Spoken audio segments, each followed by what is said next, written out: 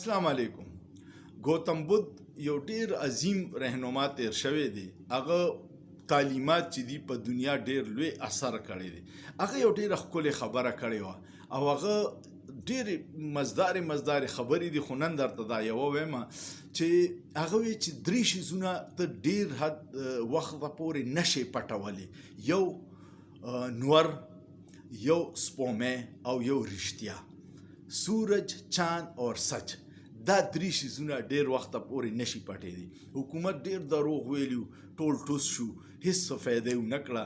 نو همیشه د مشرانو دا خبرې چې ډېر د حکمت نه ډکي، دې خبره کې ډېر حکمت دی چې رښتیا، نور او سپومې ته ډېر وخته پورې نشي پټولی. او یو وخت دروغ چې راځي کلي وران کړي، رښتیا چې راځي نو دروغ کلي وران کړي.